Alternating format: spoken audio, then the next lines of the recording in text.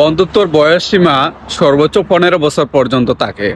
আমি একথা কেন বলছি, কারণ এই 15 বছর পর সবাই তাদের কেরিয়ার নিয়ে ব্যস্ত থাকে।